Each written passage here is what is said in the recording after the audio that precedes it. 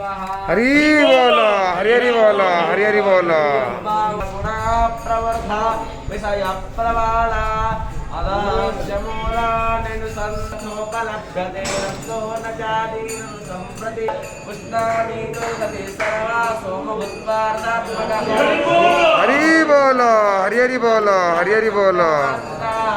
प्राणपानसमायुक्ता वदमन्यं चतुर्विधम् सर्वास्तचाहं हृदि सन्निविष्टो तस्मदे ज्ञानपपोहनं च वेदैश्च सर्वैरहमेव विद्यो वेदान्तविद्वेद विदेव चाहं त्वावैमङ्कुरसो लोके क्षरश्चाक्षर एव च क्षरः सर्वाणि भूतानि क्षरस्तोऽक्षरमुच्यते उत्तमः पुरुषस्तन्न परमावेति प्राहुताः यो लोकत्रयमाविश्य विभद्रावयति तदुत्तमः अतस्मै लोकवेदे च पतितः पुरुषोत्तमः यो मामेव वसङ्गोरो जानाति पुरुषोत्तमः स सर्वज्ञानस्य भारत ॐ तच्चिदिति अध्यायः कृष्णाहार परमस्तु हरि बोलो, हरि हरि बोलो, हरि हरि बोलो।